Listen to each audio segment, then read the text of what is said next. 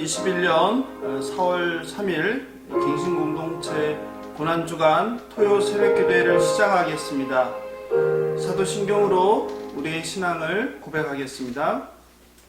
전능하사 천지를 만드신 하나님 아버지를 내가 믿사오며 그 외아들 우리 주 예수 그리스도를 믿사오니 이는 성령으로 잉태하사 동정녀 마리아에게 나시고 본디오 빌라도에게 고난을 받으사 십자가에 못 박혀 죽으시고 장사한 지 사흘 만에 죽은 자 가운데서 다시 살아나시며 하늘에 오르사 전능하신 하나님 우편에 앉아 계시다가 주리로서 산자와 죽은 자를 심판하러 오시리라.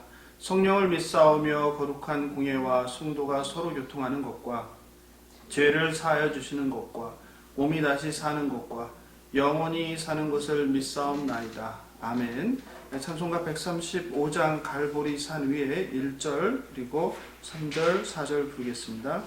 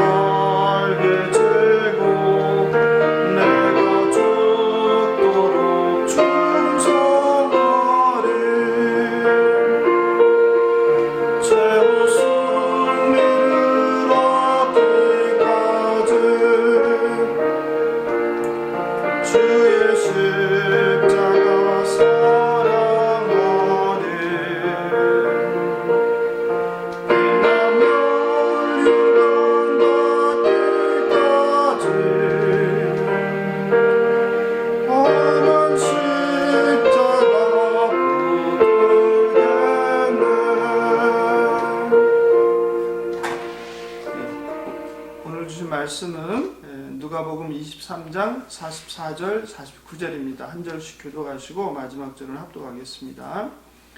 때가 제6시쯤 되어 해가 빛을 잃고 온 땅에 어둠이 임하여 제9시까지 계속하며 성소의 휘장이 한가운데가 찢어지더라. 예수께서 큰 소리로 불러 이르시되 아버지 내 영혼을 아버지 손에 부당하나이다 하고 이 말씀을 하신 후 숨지시니라. 백부장이 그된 일을 보고 하나님께 영광을 돌려 이르되 이 사람은 정녕 의인이었도다 하고 이를 구경하러 모인 무리도 그 된 일을 보고 다 가슴을 치며 돌아가고 함께 읽겠습니다. 예수를 아는 자들과 갈릴리로부터 따라온 여자들도 다 멀리 서서 이 일을 보니라. 아멘. 기도하겠습니다. 자비와 긍휼이 풍성하시고 노하기를 더디하시는 창조주 하나님 아버지, 죄로 죽을 수밖에 없는 저희들을 불쌍히 여기사 예수님의 피의 공로로 하나님의 자녀 삼아주시고 영생을 주신 그 크신 은혜에 감사드립니다. 고난주간 십자가에 달리신 하나님이란 제목으로 누가복음 23장의 말씀을 나눕니다.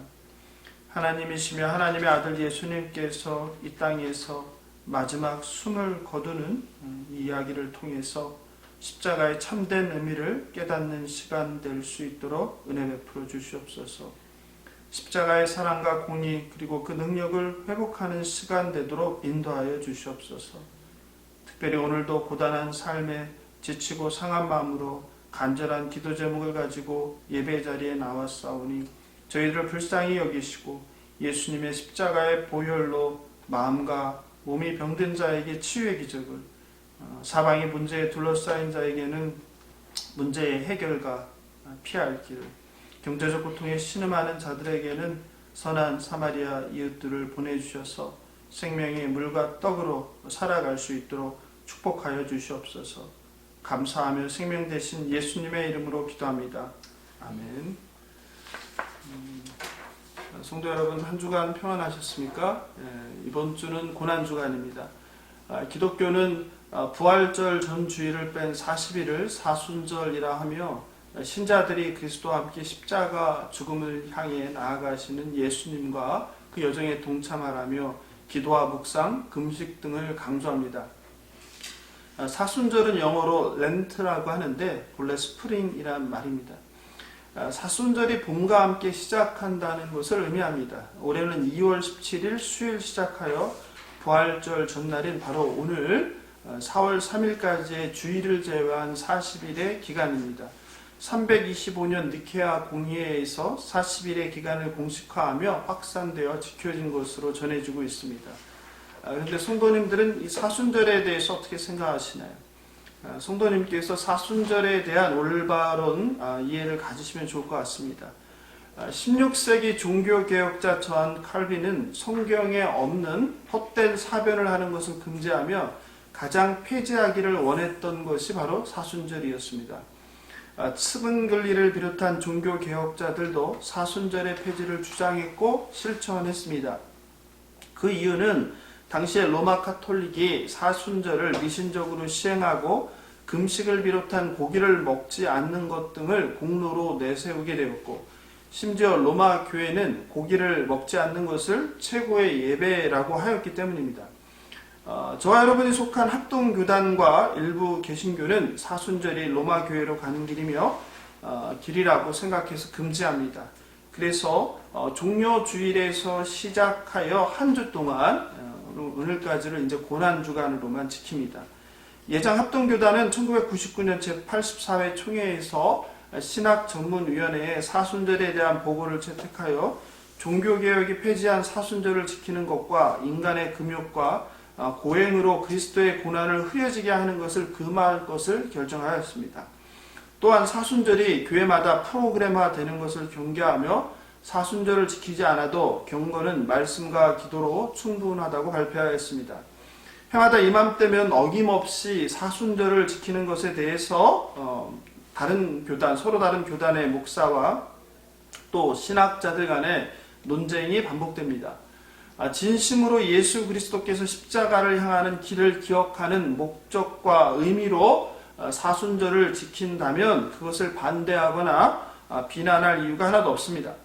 또한 1년 중 예수 그리스도의 십자가 순환을 며칠 묵상하지도 않고 분주한 삶을 살아가는 현대 교인들을 생각하면 40일이란 기간이라도 의미 있는 시간을 갖는 것이 필요하다고 생각합니다. 반면에 종교개혁자들이 사순절을 금지하였고 합동교단과 일부 개혁교회가 금지하는 그 배경과 이유에 대해서도 우리가 유의할 필요가 있습니다. 토요일인 오늘은 침묵의 날입니다. 예수님께서 죽으시고 무덤에 있는 날입니다. 무덤은 죽음이 지배하는 공간으로 생명이 없습니다. 오늘 새벽에 여러분과 함께 나눌 본문은 예수님의 십자가에서의 마지막 임종 장면인 성금요일에 해당하는 본문입니다. 십자가 사건은 구속사의 클라이맥스로 예수님께서 숨을 거두는 마지막 장면입니다. 하나님께서 전능한 힘으로 악인들을 물리치는 통쾌한 최종적 승리가 아닌 그리고 초자연적인 힘과 능력을 사용하지 않고 오히려 그 힘을 스스로 비우고 무력하게 하여 고난과 죽음의 길을 선택하셨습니다. 죽음을 통해서 역설적으로 세상을 통치하는 마귀를 이기고 그리고 생명을 구하는 사건이 바로 십자가 사건입니다. 기독교에서 가장 중요한 것이 무엇인가라고 묻는다면 단연코 망설임 없이 예수 그리스도의 십자가 순환을 말할 것입니다. 하나님이신 예수님께서 고난의 십자가를 선택한 것은 우리에게 어떤 의미가 있는지 한번 같이 살펴보겠습니다. 첫째, 전능자 하나님은 십자가에 달려 고난을 당하셨습니다. 오늘 설교 제목이 십자가에 달린 하나님입니다. 가장 잔인한 고대의 처형 도구였던 십자가는 역설적으로 인류의 운명을 바꾼 인류 역사상 가장 아름답고 고귀한 죽음의 도구가 되었습니다. 죽음을 상징하듯 제6시인 정오인 대낮에 갑자기 해가 빛을 잃고 온 땅을 어둠이 덮었습니다. 성경에서 대낮이 어두워진다는 것은 하나님의 진노와 심판을 의미합니다. 그런데 하나님의 아들이신 예수님께서 자신이 만든 피조물들을 위해서 십자가에서 고난을 당하고 또 죽게 된다는 이 이야기는 사실 참으로 엉터리 같은 이야기입니다. 세상에 수많은 종교가 존재합니다. 그리고 수많은 신들이 있습니다. 그런데 그 어떤 종교의 어떤 신도 추종자들을 위해 스스로 인간이 되고 또 죽는다는 그런 종교 신은 세상에 없습니다. 게다가 인간을 구하기 위해 자신이 만든 피조물들에게 신이 조롱과 핍박을 당하며 처참하게 십자가에서 죽는다는 이 이야기는 상식적이지도 않고 소설이나 영화로 각색하여도 전혀 재미없는 그런 이야기일 뿐입니다. 그래서 바울은 고린도전서 1장 23절에서 우리는 십자가에 못 박힌 그리스도를 전하니 유대인에게는 꺼리끼는 것이요 이방인에게는 미련한 것이로되 라고 말했습니다. 하나님이 고난을 받는다. 그리고 하나님이 죽는다. 하나님이 죄인인 인간을 구하기 위해 사람이 되어 죽는다는 이 이야기는 유대인은 물론이고 세상 사람들에게도 상식적이지도 않은 바보 같은 이야기, 말도 안 되는 이야기, 엉터리로 들릴 수밖에 없습니다. 그런데 이런 이야기를 우리가 믿는다는 것, 그 사실 자체가 기적이고 하나님의 은혜입니다. 성도 여러분, 완전하시고 영원하신 전능자인 하나님께서 고난을 당할 수 있습니까? 여러분은 하나님께서 고통을 당한다는 것, 고난을 당한다는 것을 어떻게 생각하십니까? 실제로 기독교 전통은 하나님이 고난 당하는 것을 인정하지 않았습니다. 1세기 초 알렉산드리아의 필로는 하나님의 불변성에 관하여라는 글을 썼는데요. 그 글에서 완전하신 하나님은 변함이 없으시다. 하나님이 고난을 겪는 것처럼 말하는 성경 구절은 은유로 보여야 하며 문자적 의무로 받아들여서는 안 된다. 하나님의 변화를 인정하는 것은 곧 하나님의 완전을 부정하는 것이다. 이렇게 하나님이 고난을 당할 수 없다고 설명했습니다. 그러나 2000년 전 성육신하신 예수 그리스도는 사람들의 불행에 함께 울고 함께 슬퍼하셨습니다. 심지어 고난을 당하시고 십자가에서 처참하게 피조물들에게 찔림을 당하며 죽었습니다. 하나님이신 그리스도가 고난을 당한 것입니다. 우리는 그럼 이것을 어떻게 이해해야 할까요? 루터는 십자가에 달린 그리스도의 고난에 함께하는 하나님에 대해 말하면서 의도적으로 오늘 설교 제목인데 십자가에 달린 하나님이라는 도발적인 표현을 사용하여서 하나님께서 고난을 당하셨다는 것을 강조하였습니다. 20세기 초 1차 세계대전이 빚어낸 엄청난 충격은 하나님의 고통과 관련해서 서구 사회가 신학적인 성찰을 하는데 큰 영향을 주었습니다. 특별히 아우슈비츠 수용소에 상해진 유대인의 학살은 하나님은 고통당하시나? 라는 질문을 넘어서 하나님은 과연 존재하는가? 라는 의심과 함께 신학적 논의가 가속화되었습니다. 사람들은 세상을 휩쓰는 고난과 고통에 초연한 하나님을 어떻게 믿을 수 있겠는가라는 문제를 제기했습니다. 결국 하나님은 고난을 겪지 않는다거나 고통을 모르는 존재라고 보는 기독교의 주장은 잘못된 것으로 인정되었고, 그리스도 안에서 고난당한 하나님이라는 참된 기독교 개념이 사회적으로 무르익었습니다. 그리고 고난당하는 하나님에 대해 말하는 것이 새로운 정통으로 자리 잡게 되었습니다. 하나님이신 예수님은 스스로 무력함, 비움의 길을 선택하셨고 십자가 고난을 당하셨습니다. 예수님은 완전한 인간으로서 엘리 엘리 라마 사박다니 어찌하여 나를 버리시나이까 라며 하나님 아버지께 절규하셨습니다. 사람들은 시편 22편을 인용한 이 표현에 하나님이 어떻게 자기 아들을 버릴 수 있는가 라며 당혹스러워하기도 합니다. 그렇습니다. 예수님은 철저히 하나님께 버림을 받으셨고 완전한 인간으로서 인간과 똑같은 고통을 느끼며 십자가에서 죽으셨습니다. 그러니 한편 예수님의 절규 속에는 하나님 저를 버리지 말아 주십시오 라는 부탁과 하나님은 결코 나를 버리지 않는 분이라는 확신과 믿음이 담긴 고백이라고 할 수 있습니다. 47절에서 백부장이 그된 일을 보고 하나님께 영광을 돌려 이르되 이 사람은 정녕 의인이었도다 라고 고백합니다. 백부장이 보여준 예수님의 무죄 선언은 하나님께 영광 돌리는 일로 이어지고 있습니다. 그런데 성도 여러분, 그 부분을 한번 잠깐 보시기 바랍니다. 사실 읽으면 이해가 안 되는 내용입니다. 백부장은 죄 없는 예수님이 죽었는데 왜 하나님께 영광을 돌린다를 말을 했을까요? 백부장의 말은 도대체 무슨 의미일까요? 예수가 악한 인간들에게 억울한 일을 당했으니 하나님께 도리어 탄원을 해야 옳은 게 아닐까요? 그런데 왜 영광이라고 할까요? 여러분은 어떻게 생각하십니까? 이것은 백부장이 예수님의 무고한 십자가의 죽음을 하나님의 계획으로 이해했다는 것을 암시하고 있습니다. 이사야서 53장 5절 7절의 성취이죠. 그가 찔림은 우리의 허물 때문이요 그가 상함은 우리의 죄악 때문이라. 그가 징계를 받음으로 우리는 평화를 누리고 그가 채찍에 맞음으로 우리는 나음을 받았도다. 우리는 다 양 같아서 그릇 행하여 각기 제 길로 갔거늘 여호와께서는 우리 모두의 죄악을 그에게 담당시키셨도다. 그가 곤욕을 당하여 괴로울 때에도 그의 입을 열지 아니하였음이며 마치 도수장으로 끌려가는 어린 양과 털 깎는 자 앞에서 잠잠한 양같이 그의 입을 열지 아니하였도다. 우리들은 보통 살아가면서 겪는 크고 작은 인생의 어려움들을 자기 십자가라고 생각합니다. 그래서 자기 십자가를 진다는 것을 인생 가운데 마주한 그 어려움을, 시련을 참고 견뎌내는 것으로 생각합니다. 그러나 자기 십자가는 인생의 어려움들이 아닙니다.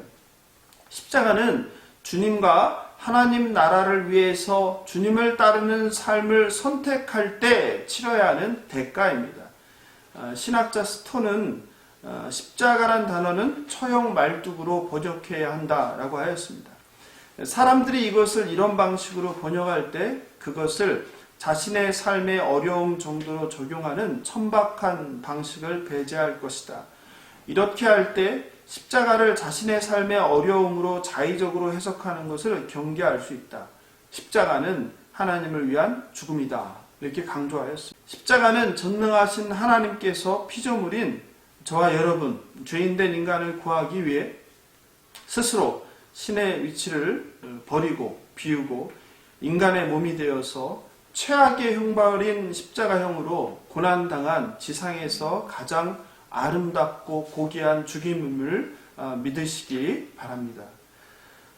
둘째, 십자가의 순환이 갖는 의미는 스스로 구원할 수 없는 인간의 전적인 부패입니다. 첫사람 아담이 지은 죄로 모든 인류가 죄에 물들었습니다. 로마서 5장 12절에서 바울은 그러므로 한 사람으로 말미암아 죄가 세상에 들어오고 죄로 말미암아 사망이 왔나니 이와 같이 모든 사람이 죄를 지었으므로 사망이 모든 사람에게 이르렀느니라 라고 말합니다. 첫사람 아담의 죄로 모든 인간은 죽을 수밖에 없는 존재가 되었습니다. 타락한 인간은 죄가 없으신 하나님의 희생을 보면서도 그저 눈앞에 자신들의 이익을 추구하는 사악한 존재일 뿐입니다. 그것을 보여주는 게 바로 34절이죠. 그들이 그의 옷을 나눠 제비 뽑을세. 병사들은 자신의 운명이 하나님의 진노의 심판을 받게 될 거라는 것을 알지도 못한 채 그저 눈앞의 이익에 팔려서 죽은 하나님의 옷을 나눠 가질 생각으로 분주합니다. 마지막까지 자신의 신적 능력을 무력화하며 부패한 인간, 간사한 인간, 탐욕의 인간의 죄를 참으시는 하나님의 아들과 대조되는 타락한 인간의 모습입니다. 남이야 죽던 말던 그가 죄가 있던 없던 그가 하나님이건 아니건 상관이 없습니다. 어떤 상황에서든지 그저 자신의 이해관계, 이익만이 중요합니다. 예수님의 옷을 제비 뽑는 병사들은 자기중심적인 인간의 부패함이 어떠한지를 보여주고 있습니다. 프랑스 고전작가 라로슈코크 공작은 다음과 같이 말합니다. 제일 친한 친구들의 불행에서 우리는 우리를 불쾌하게 하지 않는 뭔가를 항상 발견한다. 이탈리아 사상가 마키아벨리는 군주론에서 인간은 아버지의 죽음은 쉽게 잊어버려도 물려받은 유산의 손실만큼은 결코 잊어버리는 일이 없다. 이렇게 인간의 탐욕과 그 이기심을 표현합니다. 우리들이 살아가는 일상에서 이런 일은 사실 비일비재합니다. 직장에서는 동료가 나보다 인정받아 먼저 승진하거나 잘 되면 배가 아픕니다. 그리고 잘 나가던 동료가 어느 날 공경에 처하고 어려움에 처한 이야기를 들으면 슬픔보단 교묘한 이상한 기분이 살짝 듭니다. 사업하는 사람에겐 이웃하고 있던 경쟁자였던 업체가 사업이 어렵다는 이야기 또는 더 나아가서 사업장의 문을 닫게 되었다는 소식을 들으면 함께 아파하고 슬퍼하기보다는 한편 다행이라는 마음이 슬며시 부끄럽고 수치스럽지만 가장 슬픔과 고통의 순간에 자신의 이익과 이해관계를 계산하는 존재가 바로 부패한 저와 여러분 인간의 실체입니다. 2000년 전 예수를 십자가에 못 박은 죄인인 인간들은 지금도 여전히 그 일을 계속합니다. 사꾼들이 십자가를 팔아서 교회라는 이름의 초호와 궁전을 짓습니다. 십자가를 팔아 명예, 권력, 인기, 인정, 풍요, 그리고 힘을 누리며 세상을 살아갑니다. 오늘 아침 대표적인 중앙일간지에 강동구의 한 대형교회에 부활절 전면 광고가 실렸습니다. 저는 순간 눈길이 가서 혹시 한국 교회와 국민들에게 지금까지 행한 불의함을 철저히 회개라도 했나라며 자세히 쓰여진 글자들을 보았습니다. 그런데 안타깝게도 그런 내용은 전혀 없었습니다. 그저 커다란 예배당 사진과 다시 예수님 사셨습니다. 다시 일어날 수 있습니다. 다시 시작할 수 있습니다. 라는 다시라는 문구의 광고였습니다. 혹시 세습을 회개하거나 아니면 지금까지 한국교회에 누가 된 것을 회개하는 것은 아닐까라는 저의 기대는 순진했던 것이었습니다. 참 돈이 아깝다라는 생각이 들었습니다. 예수 그리스도의 피를 욕먹이는 교회라는 생각에 안타까웠습니다. 차라리 부활절을 맞아 가난한 이웃과 함께하기 위해서 그 광고비를 어려운 이웃을 위해 기부라도 했으면 낫지 않았을까라는 생각이 들었습니다. 마찬가지로 또 다른 대형교회의 광고도 있었습니다. 그런 점에서 십자가는 하나님의 영광의 순간이지만 인간의 사악함과 부패함이 적나라하게 드러나 대비되는 치욕의 순간이기도 합니다. 하이델베르크 요리문답 제8문답에서 인간의 부패함을 설명합니다. 제8문입니다. 그렇다면 우리는 그토록 부패하여 선은 조금도 행할 수 없으며 온갖 악만 행하는 성향을 지니고 있습니까? 대답입니다. 그렇습니다. 우리가 하나님의 성령으로 거듭나지 않는 한 참으로 그렇습니다. 예레미야 선지자는 17장 9절에서 만물보다 거짓되고 심히 부패한 것은 마음이라고 하였습니다. 십자가는 인간은 예수 그리스도의 십자가 대속 없이는 전혀 의로울 수도 없고 스스로 구원할 수 없는 가능성이 1도 없는 부패한 존재임을 고발합니다. 저와 여러분이 죄로 부패함을 고백하고 하나님께서 긍휼과 자비를 베푸사 구원의 은총을 주시기를 소망합니다. 세 번째, 하나님께서 십자가에 달린 그 의미는 예수님의 십자가 희생 제물로 저와 여러분이 구원을 받게 되었다는 사실입니다. 예수 그리스도가 인류를 위해 죽음으로 성취한 것은 사탄의 권세인 사망에 대한 승리와 죄인인 저와 여러분의 구원입니다. 십자가를 믿는 자는 가장 두렵고 무서운 죽음의 횡포에서 벗어나게 되었습니다. 십자가는 죄의 결과인 죽음에 대한 예수님의 승리입니다. 예수님은 마태복음 20장 28절에서 인자가 온 것은 섬김을 받으려 함이 아니라 도리어 섬기려 하고 자기 목숨을 많은 사람의 대속물로 주려 함이니라고 말씀하셨습니다. 대속물이 되는 것이 예수님께서 이 땅에 오신 이유였습니다. 대속물이란 포로를 석방시키기 위해 지불하는 값입니다. 그러므로 십자가는 우리를 죄와 사망에서 해방시킨 하나님의 사랑과 공의의 가장 대표적인 사건입니다. 바울은 로마서 5장 8절에서 우리가 아직 죄인 되었을 때에 그리스도께서 우리를 위하여 죽으심으로 하나님께서 우리에 대한 자기의 사랑을 확증하셨다라고 하였습니다. 예수 그리스도는 저와 여러분을 구하기 위해 기꺼이 십자가 위에서 희생 제물이 되셨습니다. 45절에서 성소의 휘장이 한가운데가 찢어지더라 라고 하였습니다. 예수님께서 물과 피를 쏟으며 죽으심으로 하나님과 죄인인 우리 사이를 가로막은 성소의 휘장이 찢어졌습니다. 성소의 휘장은 지성소로 가는 길을 막는 장막입니다. 이 휘장은 얇고 작은 천조각이 아니라 매우 두텁고 무거운 벽과 같았습니다. 지성소 안에는 법궤가 있고 그 위에 하나님께서 임재하시는 시은자가 있는데 아무나 들어갈 수 없었습니다. 대제사장만이 1년에 가장 거룩한 날인 속죄일에만 들어갈 수 있었습니다. 그런데 예수님께서 죽으심으로 하나님과 우리 사이를 막아놓았던 담인 그 휘장이 무너진 것입니다. 찢어진 것입니다. 히브리서 10장 19, 20절입니다. 그러므로 형제들아 우리가 예수의 피를 힘입어 성소에 들어갈 담력을 얻었나니 그 길은 우리를 위하여 휘장 가운데로 열어놓으신 새로운 살 길이요 휘장은 곧 그의 육체니라. 휘장은 예수 그리스도의 몸이라고 히브리서 기자는 말합니다. 이것은 예수님의 죽음을 통한 인간이 구약시대 대제사장에 거쳐야 할 절차를 밟지 않고서도 하나님의 임재에 가까이 접근하는 것이 가능해졌다는 것을 의미합니다. 예수님의 십자가 대속으로 저와 여러분이 하나님과 직접 교제할 수 있게 되었습니다. 죄로 끊어졌던 하나님과의 관계가 다시 회복되었습니다. 저와 여러분은 의롭다 불리게 되었고 영생이란 구원의 선물을 받게 되었습니다. 우리들에게 바로 새 길, 새로운 삶이 열린 것을 의미합니다. 그 새로운 삶, 새 길은 무엇입니까? 부패한 이기적인 옛사람이 십자가에 함께 못 박힌 것입니다. 성령의 옷을 입은 새로운 피조물이 된 것입니다. 하나님 나라의 백성으로 하나님의 통치를 받으며 살아가는 것을 뜻합니다. 더 이상 죄의 종노릇하지 않고 옛사람이란 과거와 단호하게 단절해야 합니다. 새로운 피조물로서 의와 거룩의 나라를 이루며 살아가야 합니다.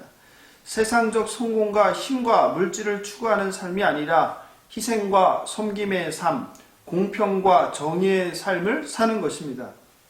이렇게 예수님의 십자가의 공로를 입은 사람은 삶이 바뀌게 되어 있습니다.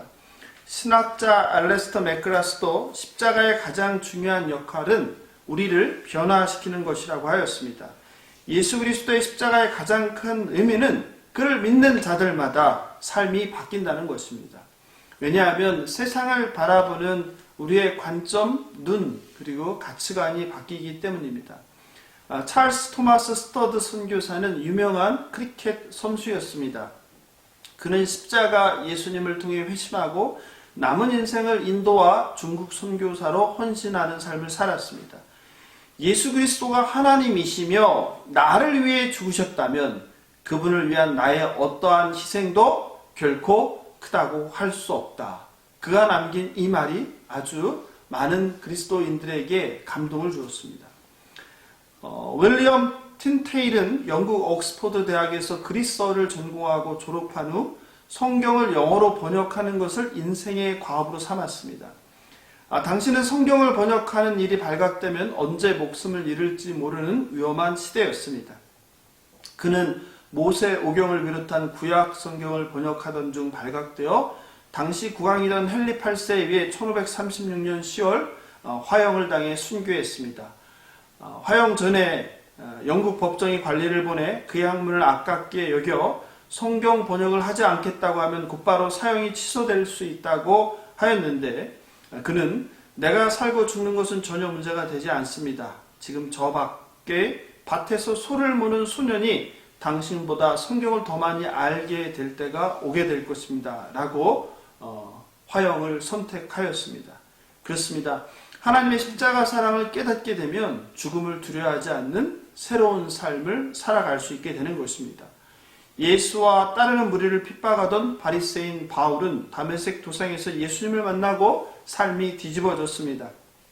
그는 갈라디아서 2장 20절에서 내가 그리스도와 함께 십자가에 못 박혔나니 그런즉 이제는 내가 사는 것이 아니요 오직 내 안에 그리스도께서 사시는 것이라. 이제 내가 육체 가운데 사는 것은 나를 사랑하사 나를 위하여 자기 자신을 버리신 하나님의 아들을 믿는 믿음 안에서 사는 것이라 고백하였습니다. 예수를 박해하던 자에서 예수 그리스도를 전하는 자로 살게 되었습니다. 저도 예수 그리스도와 십자가를 만나고 제가 주인 되어 제 꿈과 비전을 위해 살던 인생에서 돌아섰습니다. 그리고 남은 인생을 하나님 나라와 예수님을 왕으로 모시기로 결단하였습니다. 예수님을 만나면 자신의 꿈이 사라지고 하나님의 꿈으로 자기가 주인 되었던 삶에서 예수님을 주인으로 모시는 삶을 살게 된다는 것을 말씀드리고자 합니다. 이렇듯 십자가는 그것을 바라보고 그것을 믿고 따르는 자의 삶을 바꾸게 됩니다. 존경하는 성도 여러분, 여러분의 삶은 예수님을 만나서 어떻게 바뀌셨습니까? 예수 그리스도의 십자가를 알고 어떤 변화가 생기셨습니까? 오늘날 십자가는 사람들의 목에 거는 목걸이나 귀걸이, 반지와 같은 장신구나 차에 거는 액세서리가 되었습니다. 그러나 2000년 전 십자가는 죽음의 상징이었습니다. 죽음 그 자체였습니다. 토조 목사는 그의 책 철저한 십자가에서 죽음의 십자가가 장식의 십자가로 변질 되었을 때 십자가의 능력은 사라졌다라고 하였습니다.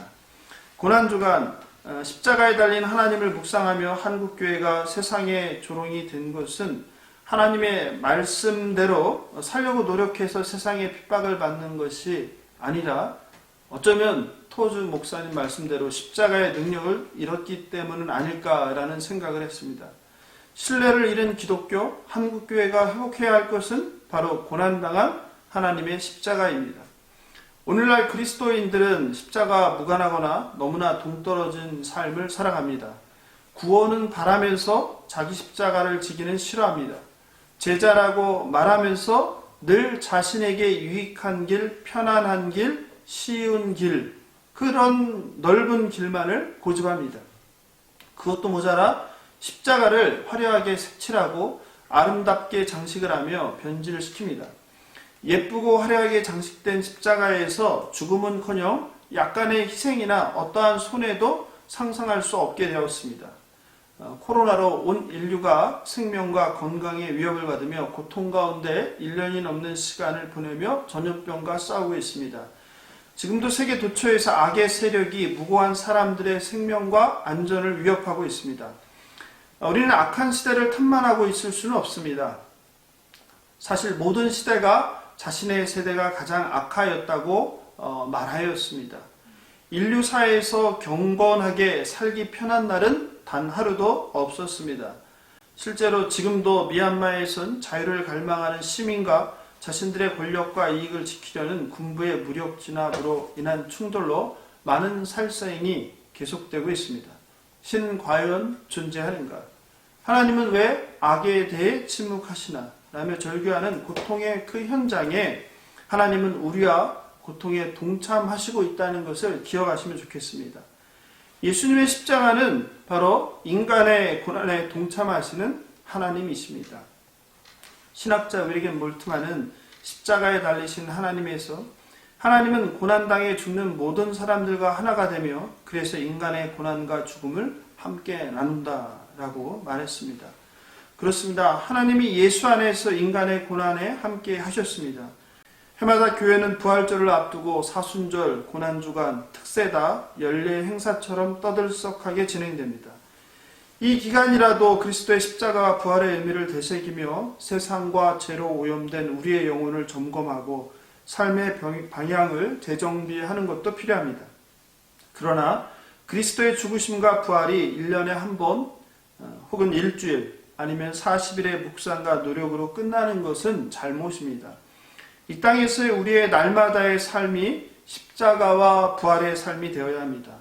날마다 예수와 함께 십자가에서 죽고 부활하신 예수님과 함께 세상을 살아내야 합니다. 날마다 나는 죽고 오직 내 안에 예수가 사는 일상을 살아내는 것이 우리에게 가장 중요합니다. 우리가 해야 할 것은 화려한 교회 예배당이나 울림과 진정성 없는 허공을 치는 메시지를 담은 신문, 광고가 아니라 성도의 변화된 삶, 십자가의 삶이라고 생각합니다. 교회 본질을 회복하려는 교회 갱신도 8년이란 긴 시간이 지났습니다. 늘 마음속으로 나의 사랑하는 교회의 생각만 많이 하고 살았습니다. 평생 이렇게 주님의 몸된 교회를 많이 생각한 적은 없었던 것 같습니다. 지금도 변함은 없습니다. 여러분도 마찬가지일 거라고 생각합니다. 그런데 안타깝게도 여전히 8년 동안 했던 좋은 교회, 건강한 교회란 무엇인가에 대해 같은 고민을 반복하고 있습니다. 8년이면 충분한 기간이 아니었을까 생각합니다. 더 이상 몰라서 못하거나 아니면 외부와의 싸움으로 우선순위에서 미루어야 할 이유들도 사실은 많이 줄었습니다. 이제 갱신 공동체는 자고 우면하지 말고 성경이 말하는 옳은 것을 붙잡고 틀린 것을 과감하게 버리며 앞으로 뚜벅뚜벅 걸어 나가야 합니다. 피 흘리는 희생을 두려워 말고 죽어야만 살리는 생명을 위해 하나님께서 고난 당하신 십자가의 길을 걷는 갱신 공동체와 성도님들 되시길 소망합니다. 여전히 힘과 영향력과 인기와 인정에 목말라하며 없는 힘도 끌어모아 자신의 꿈을 이루려는 우리와 달리 하나님은 철저하게 비능력, 무능력을 선택하셨다는 것을 기억하십시오. 참된 승리는 힘과 영향력을 키우려는 것이 아니라 숫자와 외형을 키우려는 것이 아니라 희생하며 죽는 것임을 기억하시기 바랍니다. 약할 때 강함 되시고 죽어야 사는 십자가의 능력을 믿으시기 바랍니다. 이제 내일은 주님께서 사망을 이기시고 다시 살아나신 부활절입니다. 부활의 아침, 사망을 이기시고 다시 사신 예수님으로 우리 모두가 기뻐하길 소망합니다. 자비와 긍휼이 없는 십자가, 사랑과 공의가 없는 십자가, 용서와 희생이 없는 십자가, 생명을 위한 죽음이 없는 십자가, 그것은 그저 나무에 불과합니다. 성도 여러분, 여러분의 십자가는 무엇입니까? 그리고 우리 갱신 공동체의 십자가는 어떤 십자가입니까? 예수님의 사랑과 공의와 긍휼과 자비와 희생과 죽음으로 생명을 낳는 십자가입니까? 아니면 말라 비틀어진 생명이라고는 찾을 수 없는 나무의 예쁜 색과 그리고 왁스칠로 포장된 장신구에 불과한가요?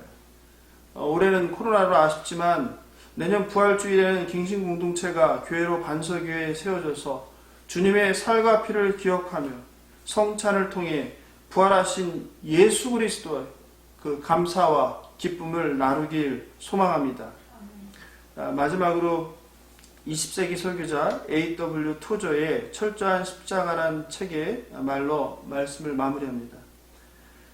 하나님께서 우리의 평화를 위해 자신의 아들을 희생하여 치르신 대가를 우리가 깨닫지 못한다면 우리는 우리의 증오와 잔인함의 전쟁터에서 우리의 아들, 딸들이 목숨을 잃는다 할지라도 평화를 얻지 못할 것이다. 세상적 방법으로 교회를 이끌고 가려는 얄팍한 교회 지도자들은 연애 오락에 열광하는 젖먹이 성도들, 즉 성소에서조차 재미있게 즐기려는 교인들의 비율을 맞추기 위해 십자가의 엄격함을 완화시키려고 할 것이다. 하지만 그렇게 하면 영적 재앙이 닥칠 것이고 어린 양께서 사자처럼 돌변하여 진노하실 것이다. 십자가의 피 흘림이 있어야 영광스러운 부활의 아침을, 부활의 기쁨을 맞이할 수 있음을 기억하며 십자가에서 죽으시고 다시 부활하신 예수 그리스도가 우리의 삶의 왕이요 소망되길 예수님의 이름으로 축원합니다. 이 시간 말씀 생각하면서 찬송가 144장 예수 나를 위하여 1절, 3절, 4절 이렇게 부르겠습니다.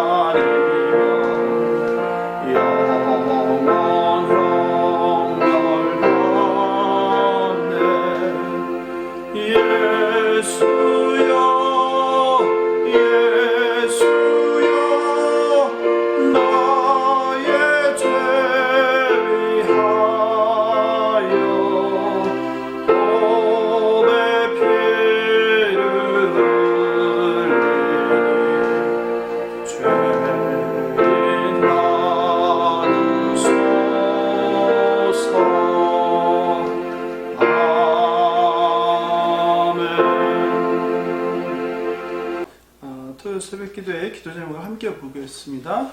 1. 오늘 주신 말씀으로 기도하겠습니다. 하나님께서 십자가에 달려 고난당하시고 화목제물이 되사 죄인들을 구원해 주시니 감사드립니다. 구원은 바라며 자기 십자가는 지기를 싫어하는 저희들의 부패함을 회개합니다. 죽어야 사는 십자가의 능력을 깨닫고 날마다 나는 죽고 예수만 사는 삶을 살게 하옵소서. 2. 한국교회의 갱신과 회복을 위해서 기도합니다. 세상적 힘과 물질을 추구하는 한국교회 목회자가 회개하고 오직 예수 그리스도의 십자가 사랑과 공의를 전하게 하옵소서. 예수님의 낮아짐, 비능력, 생명까지 내어주신 사랑과 희생으로 세상과 이웃을 섬기게 하옵소서. 3. 미얀마의 평화와 자유를 위해서 기도합니다. 군경이 시민에 대한 무력 진압과 살상을 멈추게 하시고 자유와 평화가 임하게 하옵소서. 악인들을 하나님의 공의로 심판하시고 그 땅에도 자비를 베푸사 구원의 은총을 주옵소서. 4. 나라와 민족을 위해서 기도합니다. 안전하고 빠른 코로나 백신 접종으로 빼앗긴 일상을 회복시켜 주옵소서. 공직자들의 부정부패가 사라지고 정의롭고 공평하고 정직한 사회가 되게 하옵소서. 국가와 국민을 위해 겸손히 섬기는 지도자가 선출되게 하옵소서. 예수 그리스도의 복음으로 북한도 자유와 평화가 넘치게 하옵소서. 이상과 같은 4가지 기도 제목으로 함께 기도하겠습니다.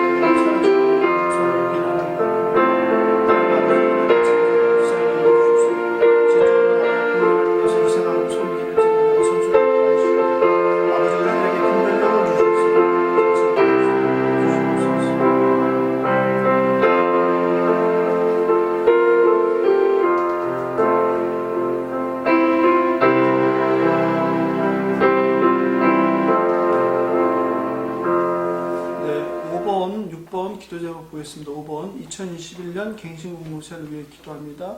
갱신공동체가 사람의 말에 자꾸 오면하지 말고 하나님 말씀대로 생명과 진리를 향해 뚜벅뚜벅 전진하게 하옵소서. 리더들에게 지혜와 명초를 주셔서 다양한 의견들을 분별하게 하시고 공동체를 온유와 겸손으로 이끌게 하옵소서. 6번째, 공동체 하나들을 위해서 기도합니다. 중환자실에서 질병과 싸우고 있는 권 집사님 계속 기도해 주시면 좋겠습니다. 지금 그래도 다행히 출혈이 멈춰서 일반 병실로 갈 수 있지도 않을까, 이번 주에 결정해야 될 것 같다고 하는데 기도해 주시면 좋겠습니다. 급성 골수 백혈병으로 고통받는 최 집사님, 35년 동안 침상에 놓은 아들을 불쌍히 여겨 주옵소서. 폐암과 싸우는 조건사님, 림프암, 대장암, 각종 암으로 고통받는 하나님의 아들, 딸들을 불쌍히 여겨 치유의 은총을 주옵소서. 당뇨와 만성 신부전증, 뇌결핵병, 뇌경색인 한우, 무리 앞이 압박 고생하는 청년, 그리고 민서, 그리고 재승이를 불쌍히 여기시고 치유의 은총을 베풀어 주옵소서. 파킨슨병을 앓는 환우에게 치유와 구원의 은총을 주시고 요양병원에 계신 부모님을 성령 하나님께서 함께 해주옵소서. 특별히 환우를 돌보는 가족들을 불쌍히 여기사 새 힘을 날마다 부어 주옵소서. 환자도 힘들지만 곁에서 그 환자를 긴 시간 간호하는 가족들의 아픔과 슬픔은 또 이루 말할 수 없습니다. 우리 성도님들이 이 시간 간절하게 마음을 모아서 우리 환우들 치유받고 회복되게 해달라고 함께 기도하면 좋겠습니다. 기도하겠습니다. 하나님 아버지, 갱신공동체를 위해서 기도합니다. 아버지, 정말 8년이라는 시간이 되었습니다. 이렇게 오랜 시간이 걸릴 줄 몰랐습니다. 이렇게 힘든 기간인 줄도 몰랐습니다. 아버지, 우여곡절이 없어 저쪽과 합의를 하였습니다. 그리고 이제 세계를 가야 됩니다.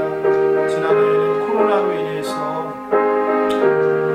뜻대로 했던 데는 계획도 하지 못하고 1년을 보냈습니다. 이제 새롭게 리더십이 구성되었습니다. 새로운 길로 가야 되는데 아버지, 이 또한 쉽지 않습니다. 구성원들의 생각들이 다 다릅니다. 하나님 바라보는 사람의 생각이 아니라 성경이 말하는 대로 하나님께서 인도하심을 받아서 공동체가 나아가길 원합니다. 사람의 호불호가 아니라 성경이 무엇을 말하는지, 또 우리가 꿈꾸는 교회, 우리가 생각하는 건강한 교회는 무엇인지 아버지, 8년 동안 많은 고민들과 얘기를 했사오니 이제는 좌고우면하지 말고 아버지, 그 길을 향하여 나아가는 공동체가 되게 하여 주시옵소서. 그리하여서 이 공동체가 기쁨이 가득한 공동체가 되게 하시고 예수 그리스도의 복음이 살아있는 공동체가 되게 하시고 예배가 살아있는 교회, 말씀이 살아있는 교회, 아버지, 하나님의 말씀을 세상과 열방에 전하는 그런 교회가 되게 하여 주시옵소서. 그리고 믿지 않는 자들의 생명이 날마다 태어나는 교회가 되게 하시고 아버지, 그들을 잘 한 영혼 한 영혼을 보살피고 양육하는 그런 교회가 되게 하여 주시옵소서. 서로 시기하고 질투하거나 비난하지 않게 하여 주시고 성령 충만함으로 날마다 감사와 기쁨이 넘치는 그런 공동체가 되게 하여 주시옵소서. 서로 비난하기보다 서로 기이 여기는 공동체, 서로 용납하는 공동체, 서로 품어주는 공동체, 서로 배우는 공동체, 서로 존중하는 공동체, 아버지, 그런 교회가 아름다운 교회가 될 수 있도록 주님 인도하여 주시옵소서. 아버지, 그 가운데 리더십을 세우셨으니 리더십을 통하여서 그 일을 이루게 하시고 아버지, 오늘 말씀대로 이 공동체에 속한 모든 지체들이 자기 십자가를 지고 공동체를 세워나가는 일이 아버지 두 팔 걸어붙이고 나설 수 있도록 주님 축복하여 주시옵소서. 아버지, 환우들을 위해서 기도합니다.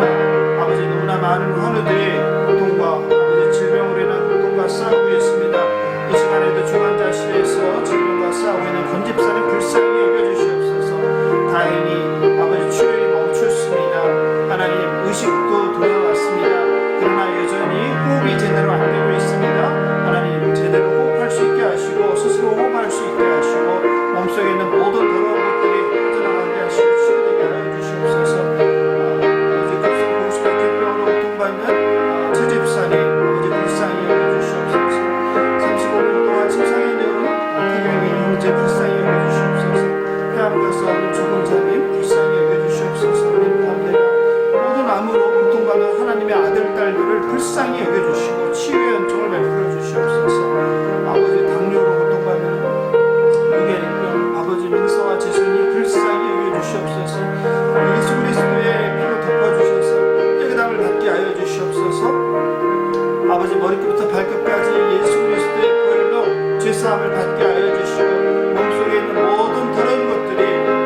암세포들이 녹아내리게 하여 주시옵소서. 상을 받게 하여 주시옵소서. 아버지 십자가에서 죽음을 이기고 사망을 이기시고 부활하신 예수 그리스도의 그 능력이 아버지 하늘들 이 시간 만져주시옵소서. 하늘들의 고통 가운데 함께 하시는 여호와 하나님 이 시간 찾아와 주셔서 아버지 예수 그리스도의 손으로 친히 안수하여 주셔서 나음을 받게 하여 주시옵소서. 깨끗함을 받게 하여 주시옵소서. 치유함을 받게 하여 주시옵소서. 또한 영적으로 공고함에 있는 성도들이 있습니다. 정신적으로 문제가 있는 성도들이 있습니다. 주님, 우리 육신의 질병뿐만 아니라 영적인 질병도 영혼의 질병도 이 시간 치유하여 주시옵소서. 모든 우울증이 사라지게 하시고 근심 걱정 염려가 사라지게 하시고 아버지 의심하고 불신하고 시기하고 질투하는 모든 악한 마음들이 예수 그리스도의 십자가 앞에 무너져 내리게 하여 주시옵소서. 아버지 그 집안을 그 가족을 돕고 있는 우울의 영들이 어둠의 영들이 예수 그리스도의 십자가 앞에 파괴하여 주시옵소서. 모든 악한 세력들이 예수 그리스도의 능력의 십자가 앞에 무릎 꿇게 하여 주시옵소서. 모든 죽음의 세력들이 어둠의 세력들이 모두 도망가게 하여 주시옵소서. 오직 예수 그리스도의 십자가를 우리가 바라볼 때 그 십자가의 능력이 우리 환우들과 그리고 가족들에게 임하게 하여 주시옵소서.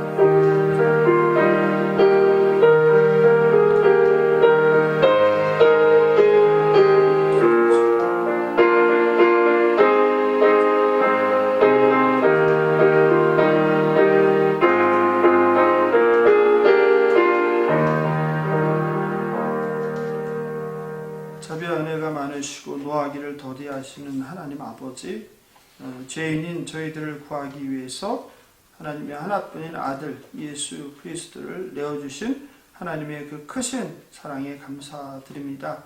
죄로 죽을 수밖에 없는 저희들에게 베풀어 주신 그 자비와 사랑을 저희들이 어찌 갚을 수 있겠습니까? 주님은 스스로 힘을 비워 낮추어 십자가에서 달려 고난을 받으셨는데 반대로 저희들은 세상에서 힘과 영향력을 확장하기 위해 그리고 그것을 누리기 위해서 애쓰고 땀 흘렸던 것을 회개하오니 용서하여 주시옵소서. 예수님의 제자임을 자랑하며 끝없이 세상의 넓은 문, 넓은 길, 편안한 길을 기웃거리며 살아가는 저희들을 불쌍히 여겨주시옵소서. 예수 그리스도의 십자가 부활을 믿는다면 결코 할 수 없는 삶을 살아갈 때가 많음을 고백하오니 용서하여 주시옵소서. 예수님의 십자가 고난과 부활이 사실이라는 것을 우리로 하여금 믿게 하시고 오직 십자가 능력을 회복시켜 주시옵소서. 이 나라를 만몬의 지배에서 벗어나게 하시고 생명을 위해 자기 목숨을 기꺼이 내어주시는 하나님의 아들 예수 그리스도의 십자가 사랑이 넘쳐 공의와 정의가 흐르고 기쁨과 감사가 넘치는 하나님 창조하신 그 에덴 정원을 회복시켜 주시옵소서. 감사하며 생명 되신 예수님의 이름으로 기도합니다. 토요 새벽 기도회를 함께 해주신 성도님들께 진심으로 감사드립니다. 새벽 기도 후에도 각자의 처소에서 기도 제목 가지고 함께 기도해 주시면 좋겠습니다. 주님께서 가르쳐 주신 기도로 새벽 기도를 마치겠습니다. 하늘에 계신 우리 아버지여, 이름이 거룩히 여김을 받으시오며 나라가 임하옵시며 뜻이 하늘에서 이룬 것 같이 땅에서도 이루어지이다. 오늘날 우리에게 일용할 양식을 주옵시고 우리가 우리에게 죄 지은 자를 사하여 준 것 같이 우리 죄를 사하여 주옵시고 우리를 시험에 들게 하지 마옵시고 다만 악에 속하옵소서. 나라와 권세와 영광이 아버지께 영원히 싸움나이다. 아멘.